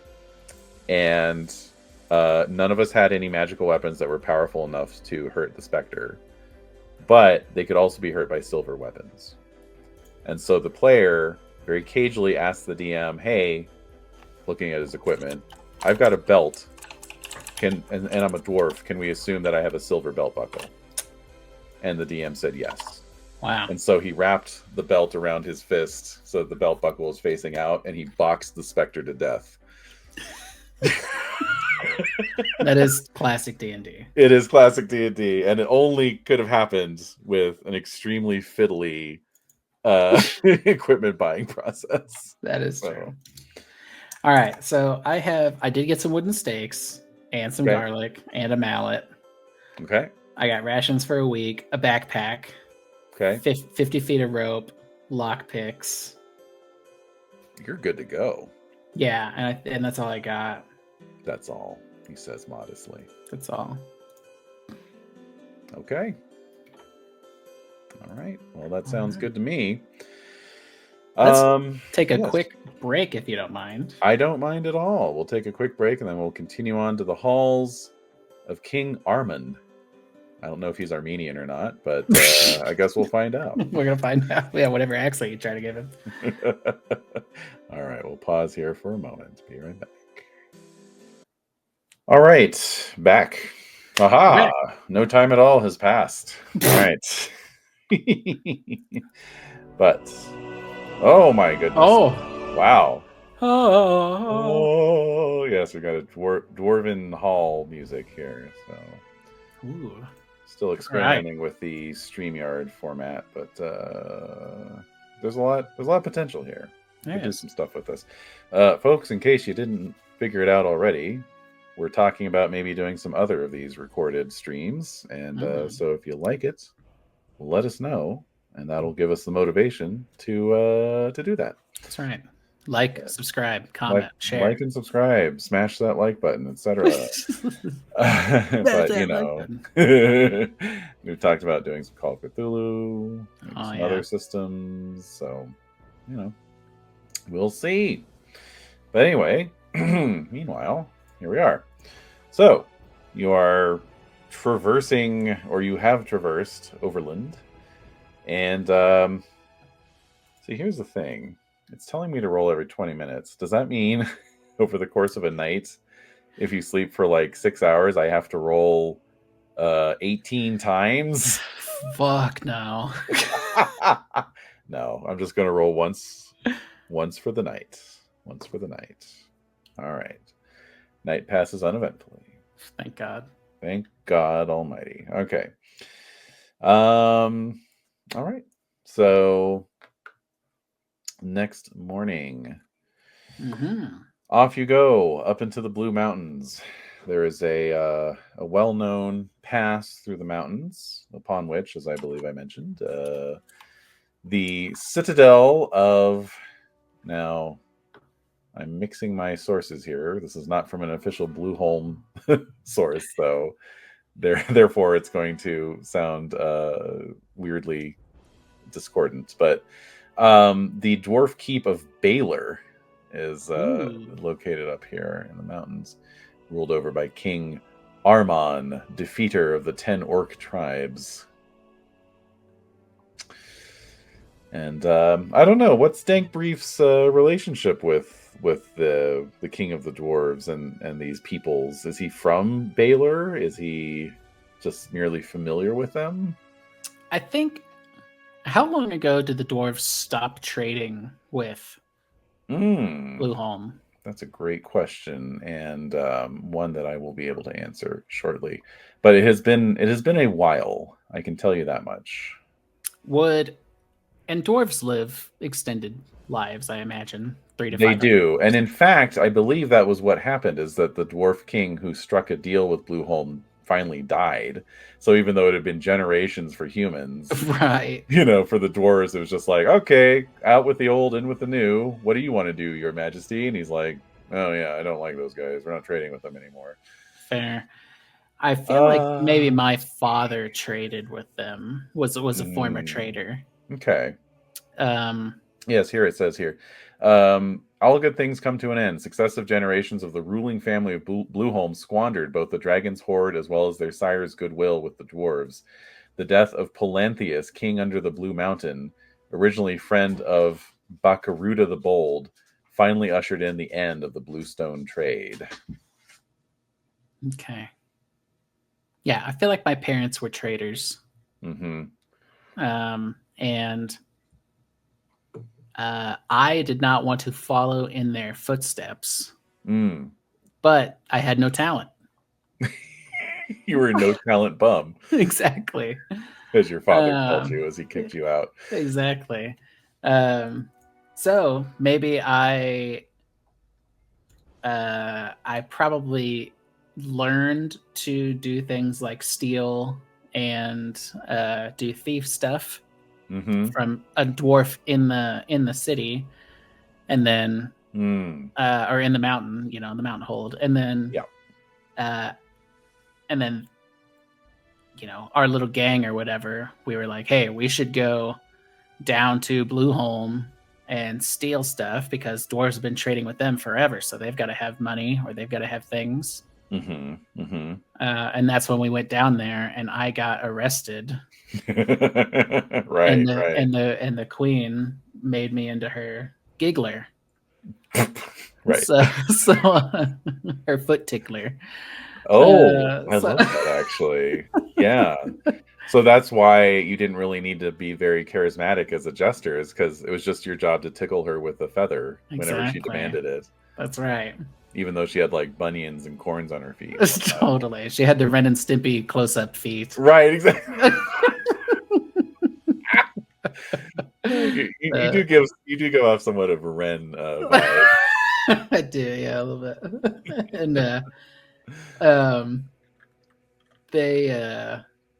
And so now I'm heading back. So I don't know that I have much of a relationship with them, but I would imagine at least my parents might be still alive. Yeah, could be. Dare you break the long-held tradition of all D&D player characters and actually have a living family that you are somewhat in contact with? I'm living, yeah, I think I do. I think I have a living family. Mm-hmm. And I think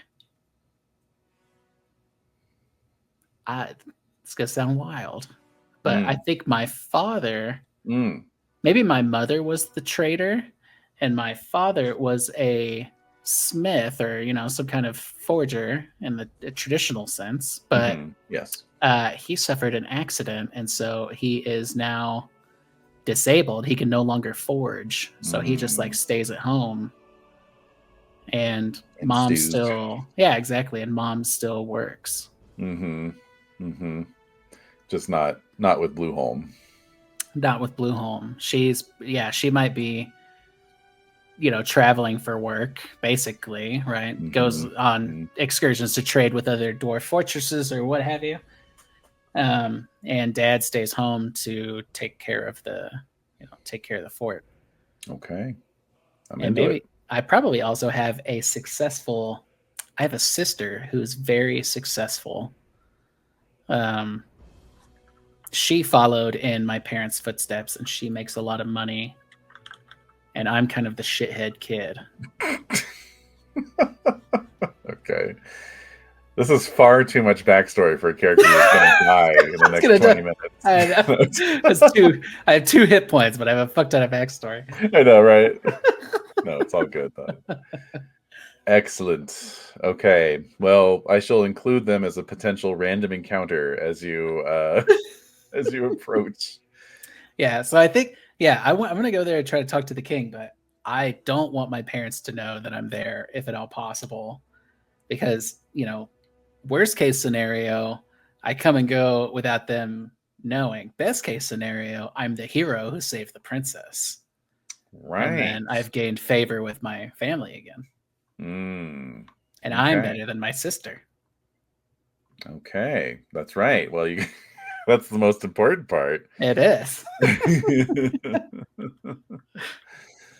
Okay, so very good. So you approach the familiar edifice of the dwarven fortress city of Baylor, which, like all dwarven cities, is the proverbial tip of the iceberg. And in fact, much of the trading that occurs with the outside world happens within the shadow of the great walls that guard the entranceway to the city under the mountain.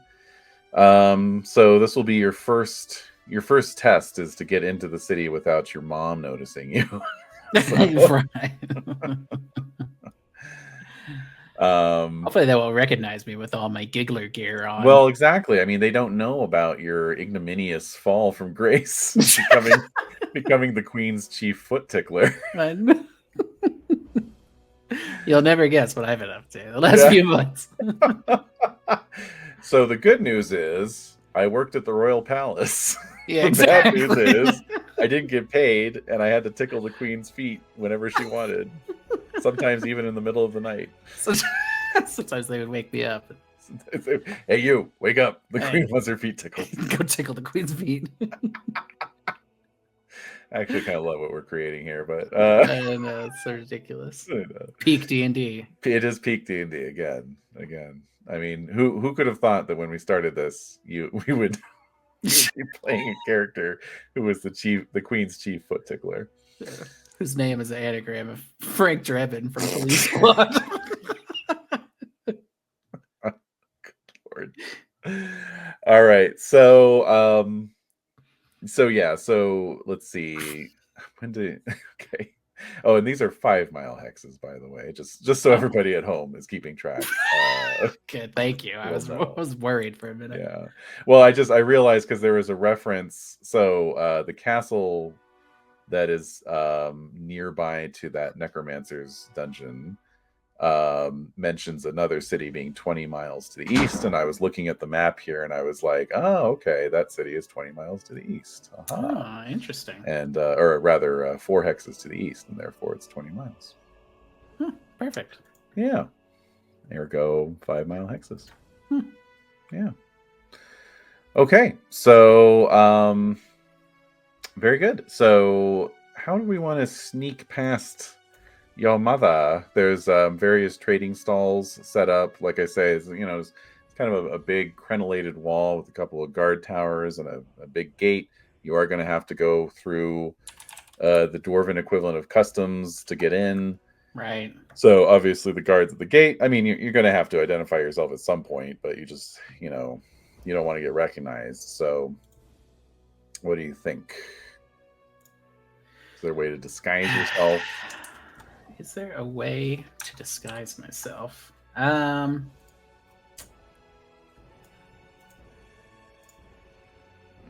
see what I got here. I mean, I guess I'm kind of in a disguise because I'm in all my giggler gear. True. Okay. That's a good point, actually. So maybe I I rub some extra dirt on my face. Yeah, I don't think I have much more. I could make myself really. I mean, I have some smelly socks and dirty underwear. That's right. I don't know that those are going to help me right now. I think that's just your socks and underwear, and then you can take them off and use them as weapons in a pinch. Such as they function as magic weapons. Remember, so if you ran into a specter, you wouldn't need a silver belt buckle. You have your smelly underwear. So, yeah, I guess we're gonna rely on that for now. Okay, that's fine. So this is the old school way. This is the old school D&D way where we don't have proficiencies, we don't have skills apart from your thief skills. You just describe to me what actions you're taking, and then I, as the dungeon master, make a reasonable assumption of what the odds would be that you'd be recognized, and usually that's something on a d6. Yeah. So in this instance, I'll say it's a 1 on a d6 that you are recognized. Okay. And here we go. And I rolled a 1. Okay, so I saw this coming a mile away. Yeah, I know, right? So, despite your best efforts, a mother knows her boy, and you almost make it through the market area and up onto the little switchback road that will lead you up to the main gate, when suddenly you hear a familiar voice calling out, "Dank Brief, is that you?" Oh.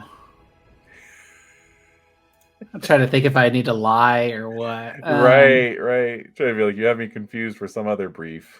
Exactly. No, I'm Moist Brief. Moist Briefs. Oh man. You know what? I just say, you know what?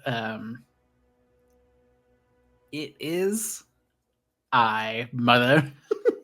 Mother. It is. Oh yeah, sorry. Dank brief. Is that thank you. you? Aye, it's me, mother. So she comes walking over and like hitches her thumbs into her, big belt that's helping to, keep her apron, her money belt, hitched up with all the gold and silver that she makes on a daily basis. Unlike you, you can hear the coins jingling as if to mock you. And maybe I can get some. That's right. Hey, there's a pickpocket skill after all. When you go in for the hug, right? That's right. So she says, "Oh, dank brief. I didn't think you could fall any further, but look at you, dressed up like a clown." A clown? Well, I was working. Was working. I found a job. Oh, you're finally bringing back some gold to the household, then. I jingle my little coin purse. Mm-hmm. It's got easy there. Don't. I didn't say shit. Somebody out there was thinking it. Yeah. You there, the one in New Jersey. Stop giggling. That's right. Yeah, I got 51 gold. 51 gold. Damn. So I jingle that around. One for every state in the union, plus one for luck. That's right. And I say, I've been making some money working at the palace. The palace, you say? The Queen's palace. Oh, those degenerates. Well, I suppose a gold is a gold. And she extends a weathered palm. Let's see it. See the gold? Mm-hmm. I assume that's why you've come back, to bring back the gold. I'm here for work. A work meeting.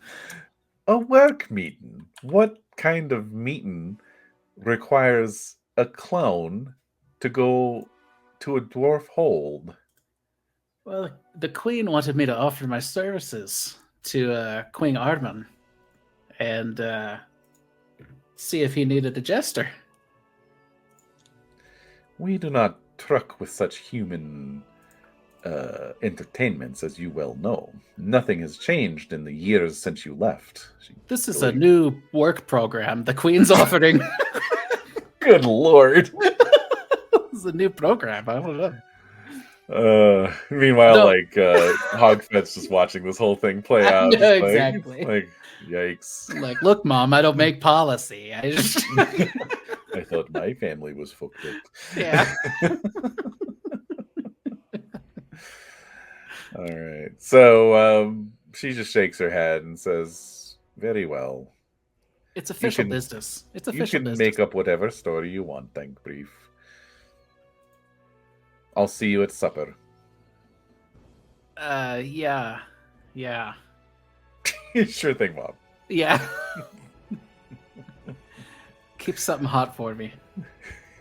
So what did you say your sister does to merit all her? She's probably working around here too. She's probably in customs or something. Like she's in customs. Oh God. She probably put. I'm not that cruel. She but she followed mom and dad's footsteps. So.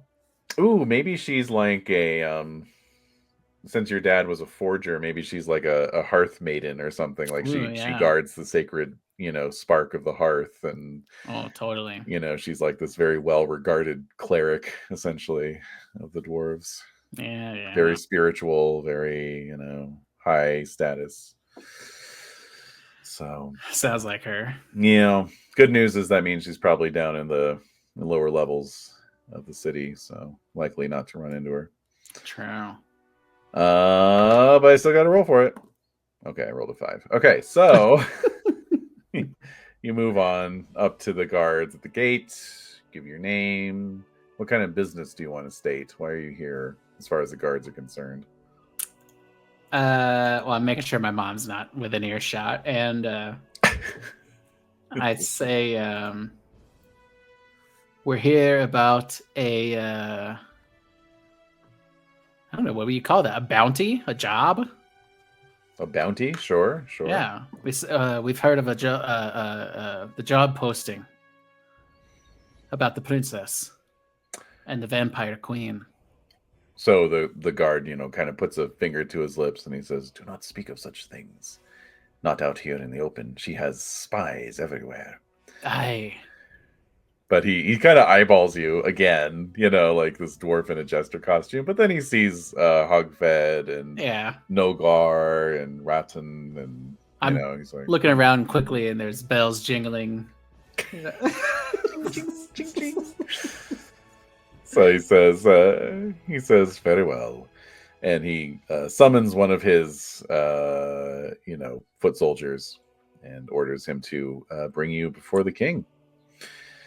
And so you are led into the main entry hall of the fortress city of Baylor, and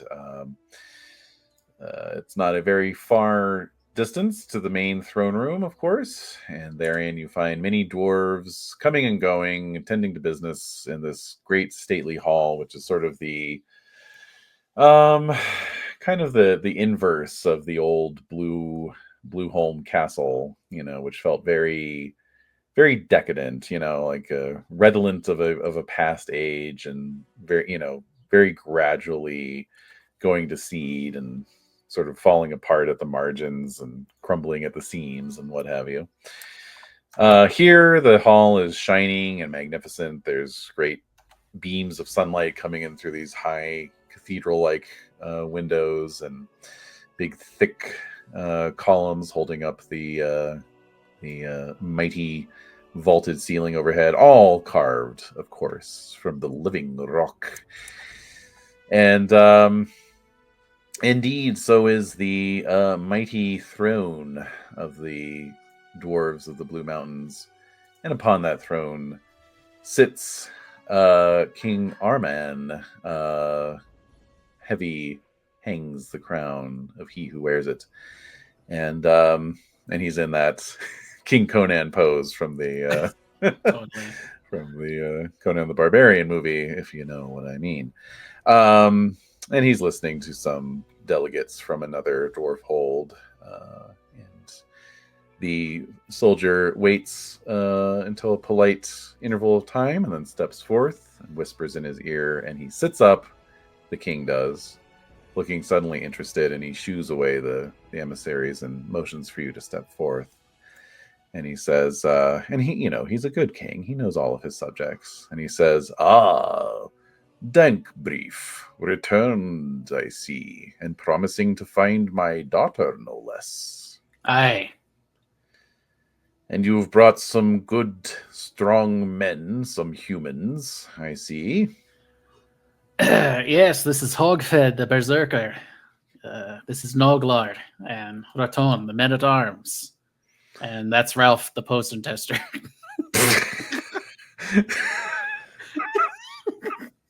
And that's Ralph. That's Ralph over there. The man pissing in the corner is Ralph. Yeah. He'll clean it up. Don't worry. All right. So the king gives a stately nod and says, "You are not the first to come before me and promise that you will return my sweet angel to me. But very well, you are free to try."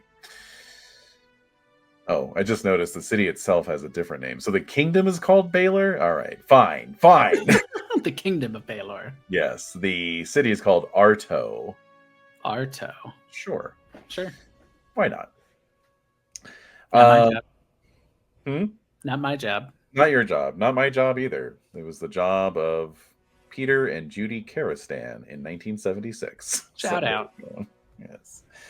All right. So he says, you are not the first to offer to rescue her. And I fear with every passing week that her well-being is in greater and greater danger. but I cannot bring myself to pay the outrageous ransom that the Vampire Queen is demanding. So that's what it's about. It's about money. Of course. What else would it be about? I We're don't dwarves, damn it. And he says, I can give you a map detailing the route to her castle. It lies to the southwest of us in the Great Swamp. Sweet. Yes, that would help. That'd be helpful, thank you. Very helpful. We don't have a map. It's a miracle we made it here. We saw some bats. It was freaky. Freaked us out. I freaked out. I almost turned around. Guys, ran over our heads. Move. Went over our heads. All right. So he says it's about 4 days' journey. And he snaps his little stubby fingers, and one of his lackeys steps forward and presents you with a scroll case wherein you find a map detailing the route to the queendom, I suppose. the realm of the Vampire Queen. How about that? Okay. 4 days journey, huh? Uh-huh. You're like doing the math. Like, exactly. Okay, another 10 gold pieces. Another Shit. 10 gold pieces. Fuck. Can I get an advance? An advance on what? Never mind. Oh, I see. You're in it for the reward money. How much is that? A certain amount, which would make it well worth your while. It's like $350. Yeah, exactly. I'll give you 400 XP, the same as if you had died and been resurrected. Acquired a nuclear weapon. Yeah. Oh god. Yes. Does it actually say in here? Let's see. Dwarf Princess. Right. Okay, let's see here. Let me just see. Check in the notes. Okay. Yeah, 3,000 gold pieces. Oh. What a strangely specific and applicable number for my very needs. That's nearly as much as I need to get to level 2. Well, between that and killing whatever other minions lurk within her castle. Might find some more gold too. Mm-hmm. Absolutely. Okay. 3,000 it is. You got yourself a deal. Of course, I'm probably going to have to give some of that to these guys if they live. If they live? I know. Thinking if I can maybe kill them in their sleep or something. God. I do have a pillow. I could suffocate them with a pillow. Nice. Okay. Yeah. Don't even need to get weapons involved. You do have dirty underwear too that you could suffocate them with. That's true. Dirty underwear in the mouth, socks on the nose. Oh God! What a way to go! Terrible. Too good for Noglar and Raton. Yeah, I know. Some people pay for that privilege. All right.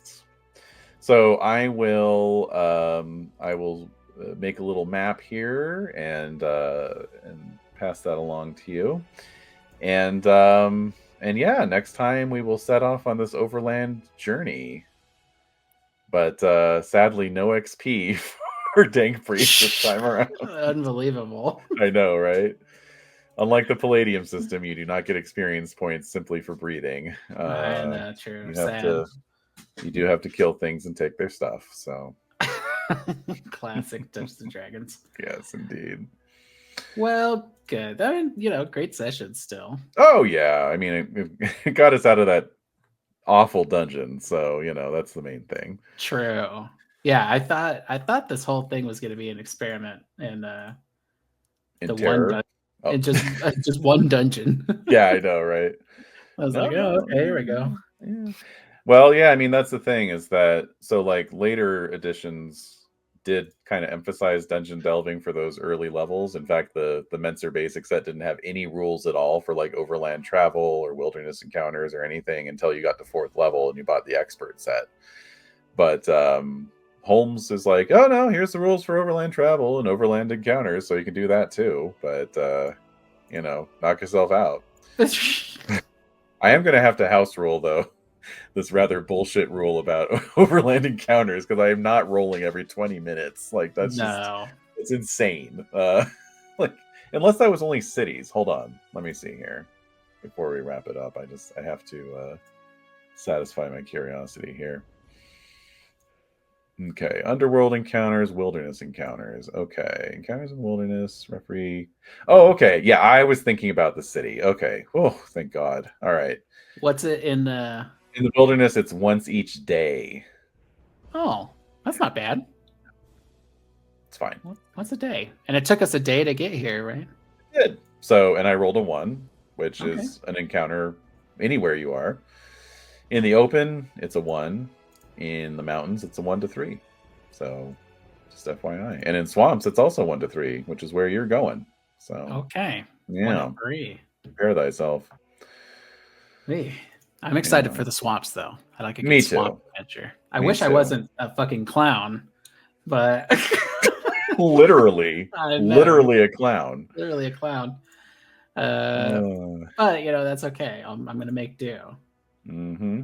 I could take off the Jester's outfit whenever I want, and look like a rogue. What's the Batman quote? Nobody cared who I was until I put on the mask. Exactly. Nobody cared who I was until I put on the jingly cap. My jingly cap and shoes. Weirdly, this page I'm looking at that has all the wilderness encounter tables actually features art of an adventurer in the swamps. And she looks like a cleric, judging from the mace that she's holding, and she's encountering some, I suppose, water nymphs, and they got their boobies out, so it's a little bit salacious. And then there's also a picture of a vampire being burned to death by the sun. So this is weirdly resonant across the board. That's cool. I like that. Yeah. Take that for what you will, an omen perhaps. But yeah, I guess that's it. It's you know, next time maybe we won't chat quite as lengthily before we start recording. Sure. But it was a good time as always. Yeah, this is classic D&D, not only just in the execution of the adventure or whatever, but just kind of chatting and having a good time and playing in between, That's the thing, really. I think about when I was younger and we used to have like these 8 or 9 hour, game fests. And yet when I think about it, I'm like, yeah, we probably played for like 3 hours out of the 8. Exactly. Exactly. And the rest is talking and, eating pizza and hanging out. Yeah, exactly. Having a good time. Having a good time. Exactly. All right. Well, we will continue to have a good time, and I will continue to mock you with the extremely high odds of your death. That's true. Until it finally finds you. Forcing you to deal with my dwarvish accent. Oh, it's fine. Gave me an excuse to do my bad Scottish accent too. Exactly. So. Yeah. Dude, if we're still doing this a year from now and you're like a 9th level jester, I won't know what to do. I'll be questioning everything. You have to take me to dinner. I will. I'll get you a little cake that says happy 9th level on it. Happy 9th level. Exactly. All right. Well, until next time then. Yeah. Thanks for watching, everybody. Wow, that sounded so threatening. No. For real though. Thanks for watching. Thanks for listening. If you liked it, leave a comment. And absolutely. And we'll see you next time. All right.